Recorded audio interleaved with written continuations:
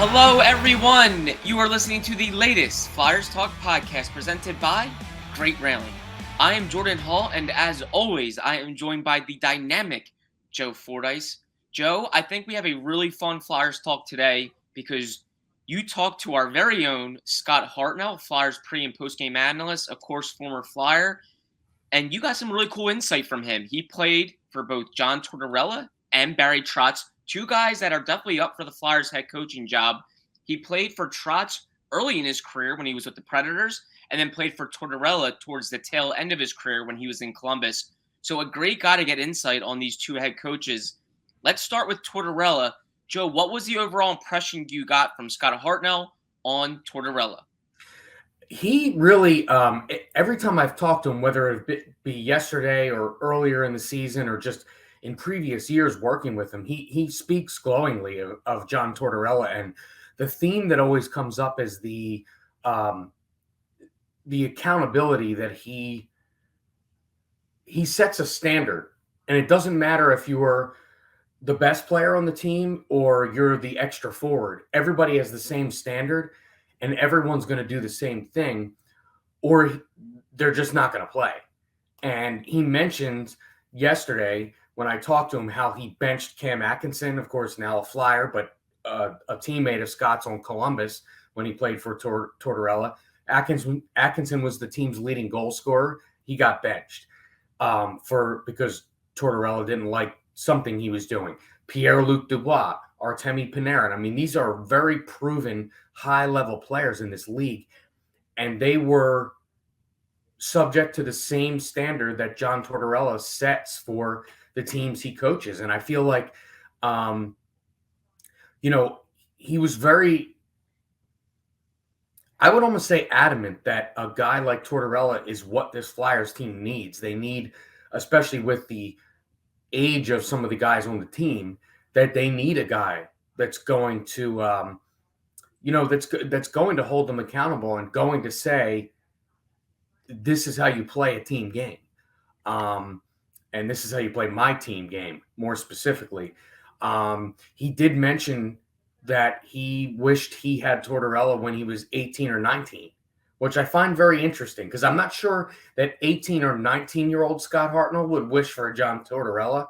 But the Scott Hartnell who's reflecting on his career that says that, to me, that's one of the things that stuck out to me. And he said that to me before. So, I found it very interesting how high he is on Tortorella. And, we in the discussion, and I'll have an article on our website surrounding this discussion. He talked about how we got beyond the bluster. Everybody knows the bluster and the sort of things that go on when cameras and microphones are in front of John Tortorella. You can find that anywhere. You can look it up on YouTube. You can look up his legendary spats with Larry Brooks from the New York Post when he was coaching the Rangers and, things like that. But we really got into what beyond what everyone can see. And I found that very interesting. A really, really, really, really good inside perspective on what a coach like that and would bring to this city and to this team. Joe, absolutely. And I found it interesting, too, that he said Tortorella essentially changed the mindset from top to bottom of the organization when he was in Columbus.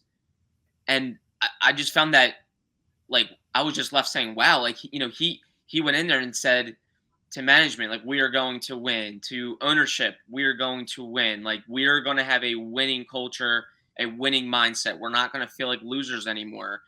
I don't always think of a coach changing the mindset of ownership and management, people that are ahead of him in the pecking order, but he did that. And I thought that's something that could be really good for the Flyers. Not that Chuck Fletcher doesn't want to win, or that ownership here in Philadelphia doesn't want to win. But right now, there's definitely a losing aura around the Flyers. There's a losing vibe around the Flyers after what they've been through the last two seasons. I feel like a John Tortorella will come in day one, demand winning, demand that mindset going in to year one, no matter what they have. And I feel like that's something that's appealing to him is that he can definitely get more out of less. I feel like he's done that throughout his career. Would you agree, Joe? Yeah, I would say that because if you think about Columbus, as he's changing the mindset, what's happening with that Columbus team? They're losing players. Yeah. They're losing guys like Artemi Panarin. And so it's not like we're going to change the culture. We're going to be about winning. We're going to be about this or that. Go get this guy, and this guy. In fact, it's almost the other direction. Yeah. Where they're losing certain guys to free agency and sort of they're not at this advantageous position where they're necessarily a destination like a Rangers or I don't know, pick your teams around the league, the Torontos and the Montreals and Chicago, Boston. They're a team that's kind of like off the beaten path. They're not a traditional NHL team. They're still when you take it from the perspective of teams like the original six, they're a new NHL team. I mean, you could find casual fans that don't even know, like, couldn't tell you anything about the Columbus Blue Jackets. Yeah. So for him to go into that team and change that mentality, that to me really stands out. That's quite an impressive thing. Yeah, we were looking at his resume and they swept the Lightning the year before they won the first cup. They swept the Lightning in the first round, and the Lightning had the best record in the NHL that year. So, I mean, it's a first-round series, but it's still the last team in the playoffs sweeping the team that had the best record in the NHL when virtually no one gave them a chance to win even barely a game in that series, let alone the series in 4 straight games. So, the idea that he could get that group of players to the mindset to be able to pull that off, and that Lightning team is largely the same team that we're seeing right now. They've won 2 cups. They're in the Eastern Conference Finals. The core of that team is still intact. I believe Ben Bishop was the starting goalie for that team. I can't quite remember. Vasilevsky was on the team, but I believe he was the backup for that season. Okay. I may be wrong though, but that's quite a feat. I mean, this team is turns into a dynasty, but before they were a dynasty, they lost 4 straight to John Tortorella's Columbus Blue Jackets. So I definitely think that's something that would get people's attention. We were looking at his resume, and as some people know, the Blue Jackets were birthed in 2000. So they were an expansion team and really had difficulty getting into the playoffs. And when Tortorella took over, they had missed the playoffs in 14 of 16 years. So they had been to the playoffs only twice. Tortorella takes them to the playoffs 4 straight seasons. He was there for parts of 6, but 4 straight years that organization went to the playoffs when they really didn't even know what that was like before he had gotten there. So it certainly tells you he rubs off on everyone. Wherever he goes, he has his style, his way, and it rubs off on people.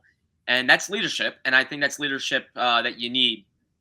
A lot of times teams want to win, but they don't really know how to win, or they don't really have someone lead that way. And I think the Flyers have players that want to win. I think they have people that want to win. But right now, I think they're kind of at a loss at how to do it, or they need someone to really steer it forward, push it forward. And Tortorella has that ability. He's done that, been there, done that, without a doubt. Joe, I do want to ask you, I was very interested to hear Scott Hartnell say when he was 21, he would have loved the John Tortorella, as you mentioned. But looking at the pros and cons to all these candidates, I've been a believer that I think he could be very good for some of the Flyers' younger players, because they would certainly look up to him as we will do whatever it takes to play the right way, win jobs, get minutes. But do you feel like Tortorella will be good for young players, or maybe not good for young players? Where I'm going at is maybe would they play confidently under Tortorella? I wonder if young players sometimes don't always have the most confidence playing for a coach like Tortorella. That's something I've been thinking about. Would Flyers young players have confidence? Would they play freely under a Tortorella? It's something that I've been thinking about. I'm curious to get your thoughts.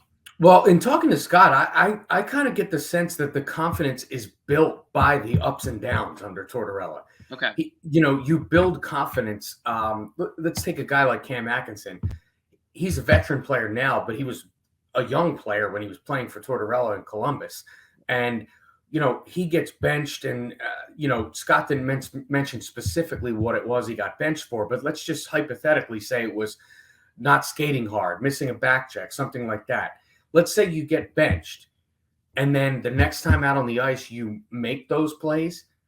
I'm pretty sure there's going to be adulation to go along with it. And that's where the confidence, you're here, then it's here, and then it's here. It's like a parent to a kid. I mean, you correct them, or you guide them in the right direction, and it might be in harsher terms, but then when they go and do it, you kind of go over the top to praise them for learning a lesson. And I think that's where confidence comes from. And there are some players like Sean Couturier and guys that have been here, and Cam Atkinson's a player that knows Tortorella and can be a leader, type of a leader. And those guys, I think, will be there to lift up the young players, maybe if their confidence gets hurt by something with Tortorella. So it's not just it's not just a coach to the players, and there's no other factors. So that would be the way I look at it. I mean, of course, there's probably would be some guys that might go the other way. I mean, there is in all situations, and let's be honest. He got fired by the Rangers, and then he got fired by Columbus, and the sense was he wore on the players after a while. And when you think about other situations like Peter Laviolette, he's a guy that has this reputation, like sometimes like his style and sort of his his hard nose team style kind of wears on the players sometimes, and then he kind of like wears out his welcome, and then he's gone. That was a little bit the sense you got here in Philadelphia with him. And then it was kind of the sense you got in Nashville with Peter Laviolette. And I think the same remains true with John Tortorella. Tortorella's a little more fiery than Laviolette. He's also won less than Laviolette. Laviolette's taken a number of teams to the Stanley Cup Finals. So, there's that kind of comparison that can be made. But and I'm not trying to use like the obvious cliche here, but like winning cures all that. So if you're winning, you're not going to be wearing on the players. But I mean, you could virtually make that claim for any coach. If they're not winning, their style is going to wear out on the players. We saw it happen here with Alain Vigneault. I mean, the bubble playoffs, nobody was talking about his style wearing off wearing on the players. So, it has a lot to do with results. And this is, of course, a results-driven business. So that's really the way to the job security kind of comes with results in all sports. It's true with those old school coaches.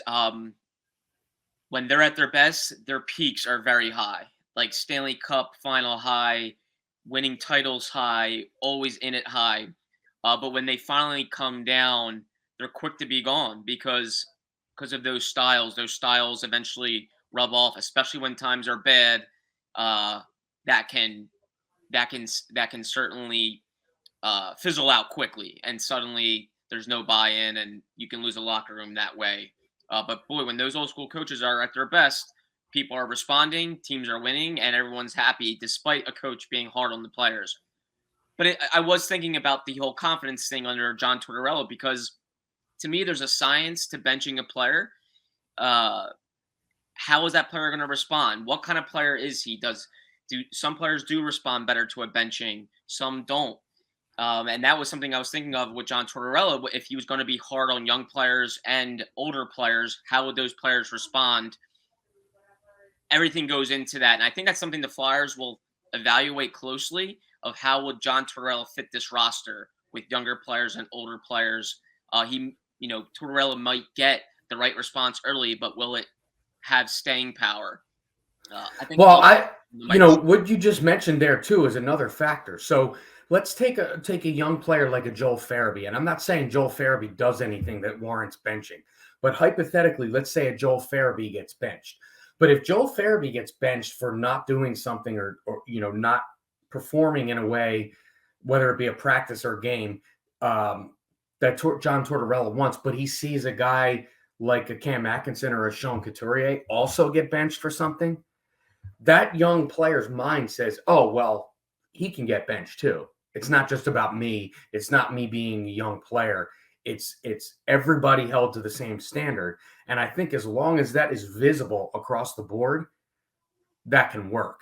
And I think that helps that confidence factor that we spoke about earlier as well. Absolutely. And I don't envy the position of the Flyers because I think they're really going in depth on what they need for the roster. Like, do they want more of a hands-on players type of coach? Do they want more of an old school demanding type of coach? Obviously, all styles work differently, and then sometimes they don't. It's often, as we said, it's cyclical in many ways. But I think that's why they're taking their time because there's really no rush, and I think you want to make sure you get the right fit and the right style. Uh, for benching, I just remember one that comes to mind recently was Travis Konechny when Vigneault benched him during the shortened 56-game season. Konechny, I think at the time, I'm almost positive on this, was a point-per-game player. He had about 8 points through 8 games, but he had one game in New Jersey where he wasn't great. Vigneault was bothered by a few of his decision-making, a few of his decisions, and he benched him. And I don't think Konechny responded to it real well. I don't think it wasn't the player not wanting to respond to it. I just think it messed with his head a little bit. And Konechny didn't seem like himself the rest of the way. He wasn't the same scorer he was. He was off to a point per game pace, as I mentioned, and then his scoring dipped, and he just didn't seem like the same guy. And I just don't know if it messed with him, but it just had me thinking about benchings having a different impact on players. But I do think Tortorella would get his presence would have an instant impact on this roster. And I do think it would be good for the blend of the youth and the vets, where the Flyers are right now in their situation for sure. Flyers Talk is brought to you by Great Railing. Stop into Great Railing for the highest quality and lowest prices on all your railing, decking, and fencing needs. Well, Joe, shifting gears to Barry Trotz, who Scott Hartnell, as we mentioned, had him in Nashville earlier on in his career. Trotz has gone on to do a lot of good things. He was very good in Nashville, and then obviously won a cup with the Capitals and really took the Islanders from being one of the worst goal prevention teams in the league to the best and really close to that Stanley Cup final. A proven guy. What did Scott have to say about Barry Trotz, and what were your overall impressions there? Well, I've mentioned on this podcast before about Barry Trotz's ability to get the most out of a team that doesn't have a superstar scorer. The current Flyers roster does not have a superstar scorer. So I asked Scott about that, if it fits. And he mentioned in Nashville 20 years ago, when Scott was a young player, they didn't have a superstar scorer. He got them to the playoffs. We saw what he did with the Islanders twice. Now, of course, in Washington, where he won the cup, he had plenty of superstars.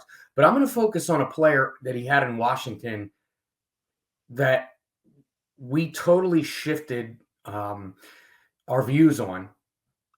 And it all started under Trotz, and that's Tom Wilson. Tom Wilson was a third or a fourth line player. It was a guy that most hockey people would consider, if you went into a game with Washington before they won the Stanley Cup, I would say most people would consider him a nuisance on the ice. Some people may still do that, but it's definitely different. He was kind of a checking line player, like, look out, he's going to have a lot of penalty minutes. Watch out for this guy. Always know where Tom Wilson is. Barry Trotz took over, and Tom Wilson has morphed into a player who plays with that edge, but he can play on the first line. And he's now played on the first line under multiple coaches with Washington since Trotz left. And I just look at that and I say, okay, so he got I'm not going to say he changed the perception of Tom Wilson, because I think the the shenanigans that go on the ice with him, I don't think that perception has changed. But in terms of his hockey skill, the perception of this guy has completely changed. And I'm wondering what he could get out of some of the players. You mentioned Konechny, players that are,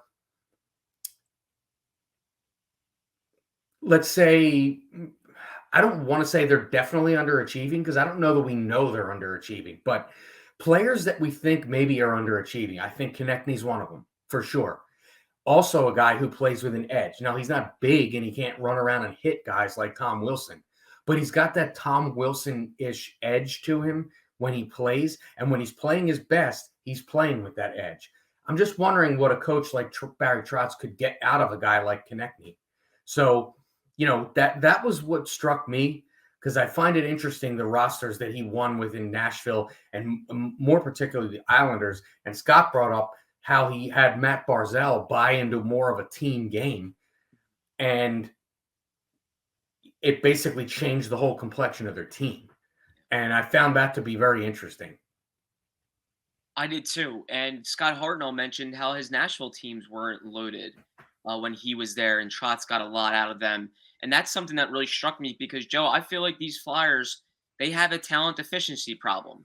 They don't have enough talent on the roster. Now, maybe they can eventually fix that, or maybe some of their young players will certainly up the talent level and eventually blossom into big-time difference makers. But there's not enough talent on the roster. Chuck Fletcher even admitted that, and admitted that that's something they want to address. But right now, that makes Barry Trotz so attractive to me in my mind in this situation, because he gets a lot out of less. And that, to me, could go a long way for these Flyers, because they simply don't have enough talent right now. But they have enough, I think, that they could be way more competitive than what they were this season. Way more. I think they can be in at least contention for a playoff spot under Barry Trotz and with the people they have on this roster. But that really stuck out to me, Joe. Yeah, absolutely. And I think that's kind of like it's almost like the under the surface storyline here is, hey, this guy wins when a roster may be a little bit short on talent. And don't get me wrong, Anders Lee, Brock Nelson, Josh Bailey, these guys are good players. Matt Barzal, obviously. I don't think the Flyers have anyone that's close to as dynamic as Matt Barzal. He's one guy, though. And Anders Lee is a great captain. But these are not guys that, Anders Lee's not going to score 50 goals next year. Yeah. Josh Bailey isn't going to have 100 points. Brock Nelson's not going to have 100 points. But these are guys, and we've seen plenty of the Islanders over the last few seasons against the Flyers. These are guys where you're like, these guys just don't go away. They're always there. Like Brock Nelson's always there against the Flyers. And Anders Lee, I mean, he was hurt last season, but, these guys are always there. And you feel like it almost feels like these guys are double shifting the whole game, because they're always there. Yeah. And their contributions don't always show up on the score sheet. But one thing you can always say about this Islanders team, and particularly when they were under Barry Trotz, they were never easy to play against, ever. And I think that's been a theme with this Flyers team, is that they've been easy to play against since the bubble playoffs. They've been an easy team to play against. Indeed. And I think the one thing that should jump out and catch the Flyers' eye when they're looking at Trotz's profile is the year he took over the Islanders. The season prior, New York had given up the most goals per game in the league. Trotz's first season, they were the fewest goals per game in the league. That's astounding. You just don't see that in year one. You might see it improve a considerable chunk, but to go from worst to first in goals against is astounding. And the Flyers have a goal prevention problem. Over the last two seasons, the years they've missed the playoffs these last 2 years, 3.56 goals per game, which is tied for worst in the league. So to me, Trotz could come in and immediately correct that, or at least really improve it. And that Islanders team didn't have the splashiest offseason. They got better. They made some quiet moves, but they didn't go out and get any studs and give Trotz all of a sudden this talent-laden team. They were a team that got better at the margins, and then Trotz really molded it. So To me, Yeah, that and if you look at even the island that the blue line on those Islander teams, I mean they didn't have outrageously great defensemen. I mean, they had Nick Leddy on those teams. They have Adam Pellick, Ryan Pullock. These are solid defense.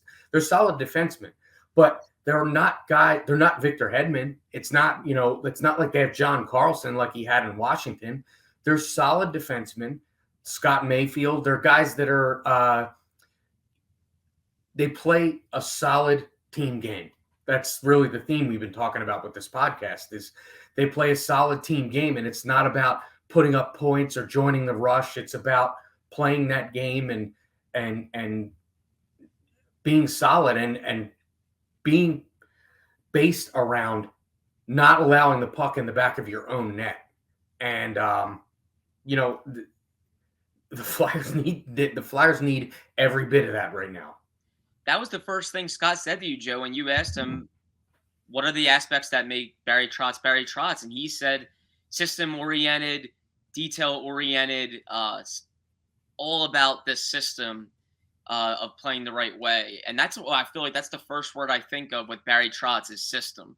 He gets guys to play exactly how he wants to play. Tortorella, you hear that too, but you hear more about like demanding, and that I think the way he deals with players and handles players gets them to play the right way. Trotz, it's more like it's his system. It's we're going to hit on all these details, and that's how we get goals down for us. So that really struck me. To me, Joe, in my mind, I think if Barry Trotz wanted the job, I'd give it to him. That's kind of where I am. I've grown to start warming up to the Tortorella thought, and I think he's very much in contention for the job. But I just think Trotz is a great guy. I just don't think you see many guys like Barry Trotz on the coaching market. But I think the problem is there's other teams looking for coaches too. I believe it's 6, including the Flyers, that have a head coaching vacancy. So they're, I think, battling for a lot of teams. But Trotz, to me, just seems like an ideal fit, Joe. Yeah, I think so too. And I said this when he was coaching the Islanders. They reminded me a lot of the '90s New Jersey Devils. Now, take out Martin Brodeur, who is a Mount Rushmore goaltender of all time, but that Devils team didn't have guys that were scoring 50 goals. They had solid forwards and solid defensemen. Scott Stevens, a Hall of Famer. I acknowledge that they had an all-time great. But Scott Stevens was on the back end of his career when he played for the New Jersey Devils. Still was a great player, but so they had him and they had Scott Niedermayer, another guy who ends up in the Hall of Fame. Great players, but they were not lighting up the score sheet. They were playing a defensive style. They had a great goaltender. They protected the house. That's how they won and became a mini dynasty. And, that's what Barry went when the Flyers played the Islanders so many times over the previous 2 seasons. They reminded me of that in that they seemed to just suffocate the life out of a game. Yeah. You were down 1-0 and it felt like you were down 4-0. Yeah. And that's what I remember about the '90s New Jersey Devils. So I think any fan would sign up for winning in a more boring fashion than losing in a fashion where you're giving up 5 goals a game. Yeah, absolutely. And I always remember too with the Islanders, Joe, they were never out of a game.